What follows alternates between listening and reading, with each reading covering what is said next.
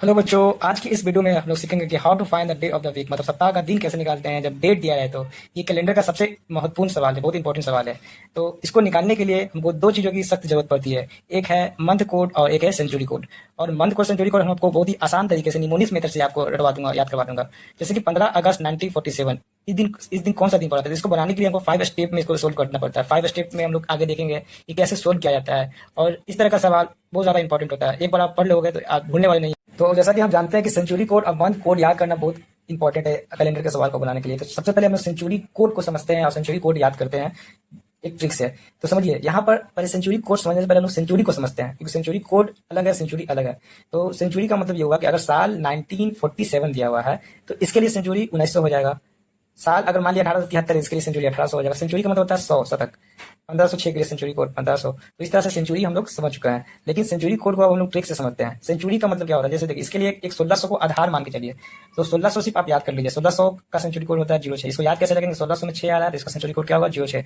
और बाकी अब आगे बढ़ते जाइए, 1700 में 2 घटाइए तो 06 में 2 घटाइए तो 04।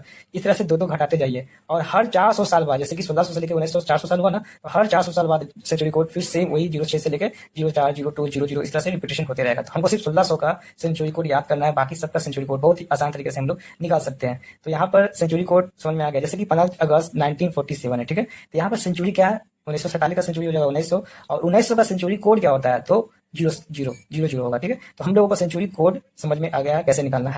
सेंचुरी कोड सीखने के बाद अब हम मंथ कोड सीखने वाले हैं। और एक साल में 12 मंथ होता है, इस प्रकार से हर मंथ का अलग अलग कोड होता है। तो इसको हर मंथ का कोड याद करना बहुत जरूरी है कैलेंडर के सवाल को सोल्व करने के लिए। लेकिन यहाँ पे हम मंथ कोड को भी बड़ी मजेदार तरीके से सीखने वाले हैं। हर मंथ का अलग अलग कोड होता है। जैसे कि जनवरी का कोड कितना होता है, 01 होता है। इसको याद करने का बड़ा सिंपल तरीका है कि जनवरी साल का पहला महीना होता है जिसका कोड 1 होता है। तो इसमें इसको याद करने में कोई समस्या नहीं है। अब बात करते हैं फरवरी का। तो फरवरी का मंथ कोड 04 होता है। इसको कैसे याद करेंगे, तो देखिए ऐसे समझना है कि फरवरी तो लीप ईयर हर 4 साल पे आता है, ठीक है। और फरवरी का जो 29 तारीख है वो भी हर 4 साल पे आता है, ठीक है। तो फरवरी का कोड इस तरीके से याद करेंगे कि लीप ईयर ध्यान में रखना, लीप ईयर हर 4 साल पे आता है। और फरवरी का जो 29 तारीख है हर 4 साल पे आता है, ठीक है। तो लीप ईयर फरवरी मंथ ही इफेक्ट होता है। उसके बाद आते हैं जनवरी, फरवरी, मार्च। मार्च का कोड क्या होता है, 04। तो देखिए मार्च को हिंदी में लिखा है ना, तो अब मार्च के पूरे अक्षर को आप जोड़ लीजिए।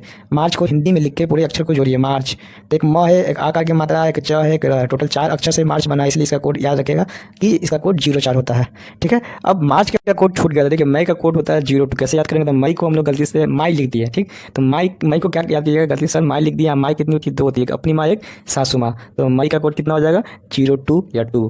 तो कैसे याद करेंगे मई को गलती से क्या लिख दिया। बाद हम बात करते हैं अप्रैल की। तो देखिए अप्रैल नहीं लिखे, हम क्या लिख दिए गलती में, हिंदी में एप्पल लिख दिए हैं। एप्पल दिखता कैसा है, तो एप्पल दिखता है जीरो जैसा, इसलिए इसका कोड 00 होगा, ठीक है। तो इस तरीके से हम लोग सीख सकते हैं, कह सकते हैं कि अप्रैल का कोड कितना होगा, 00। वीडियो को आप स्पीड बढ़ाकर भी देख सकते हैं, ठीक है। आगे बात करते हैं अप्रैल के बाद आता है जून। जून का कोड कितना होता है, 05। इसको कैसे याद करेंगे हम लोग, तो जून से याद करना है जू मतलब पता है ना, ढील, बाल में जो ढील होता है वो।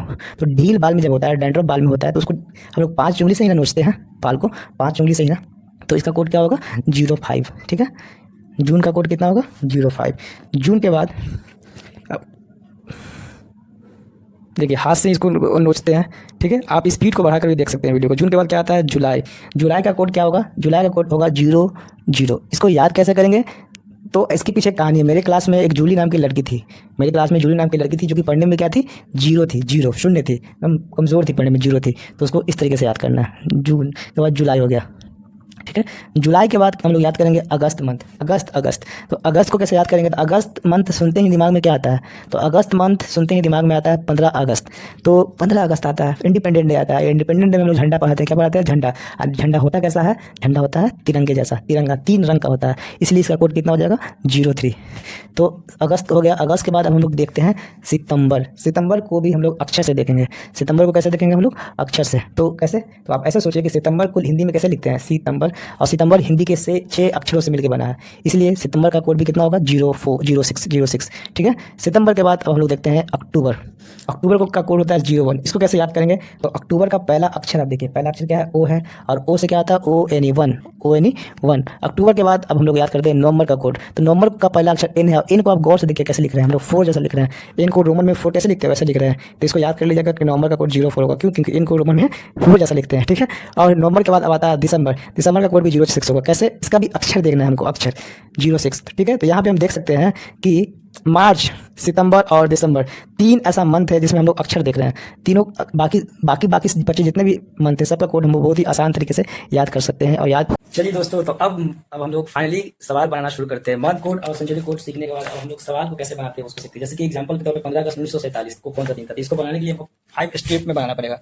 सबसे पहले हम देखना है कि 15 अगस्त 1947 में क्या दिख रहा था, डेट दिख रहा है। क्या दिख रहा है? डेट। सबसे पहले हम डेट लिखेंगे। डेट के बाद क्या दिख रहा है दोस्तों? डेट के बाद दिख रहा है मंथ। मंथ नहीं लिखना, मंथ का कोड लिखना था। अगस्त का कोड क्या बताया था? 03। क्यों? तिरंगा, याद है ना। अब देखिए अगस्त के बाद अब देखते हैं सेंचुरी कोड लिखते हैं। सेंचुरी कोड कैसे लिखते हैं, मतलब 1947 है। क्या है? 1947। तो 1947 के लिए सेंचुरी क्या हो जाएगा? 1900। 1900 का सेंचुरी कोड क्या होगा? 00, जो कि हम पहले ही सेंचुरी कोड में पढ़ चुके थे। ठीक है। तो उसके बाद अब क्या लिखते हैं कि साल का चौथा स्टेप क्या है? साल का अंतिम 2 अंक। तो 1947 में अंतिम 2 अंक क्या है? 47 है। क्या है? 47। तो हम 47 लिखते हैं। अब 47 लिख दिए। और लास्ट स्टेप क्या है? 5वां स्टेप क्या है कि जो 47 लिखे हैं हम, 47 जो अंतिम जो 2 अंक है 47, उसको हमेशा हम 4 से भाग करेंगे। और 4 से भाग करने के बाद हम भागफल लिखते हैं। क्या लिखते हैं? भागफल, कोशिश लिखते हैं। जैसे कि 4 को 47 से डिवाइड करने पे क्वेश्चन कितना आ गया? 11 आ गया। अब इन सभी नंबर को 5 स्टेप जो कवर किए, सब नंबर को जोड़ने पे कितना आ रहा है? 76 आ रहा है। ठीक है।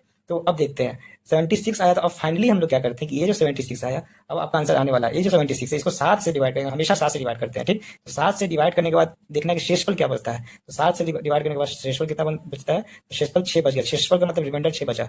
देखिए अगर किसी भी नंबर को 7 से डिवाइड करने के बाद रिमाइंडर हमेशा 7 से छोटा ही आएगा। तो रिमाइंडर अगर 1 बचता है तो संडे, 2 बचता है तो मंडे, और इस तरह से रिमाइंडर 6 आया तो मतलब उस दिन कौन सा दिन था? फ्राइडे था।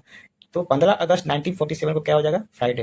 रिमाइंडर अगर 0 बचता तो सैटरडे हो जाता है। ठीक है। तो इस तरह से हम बहुत ही आसान तरीके से इस क्वेश्चन को सीख चुके हैं और बस सवाल बन गया।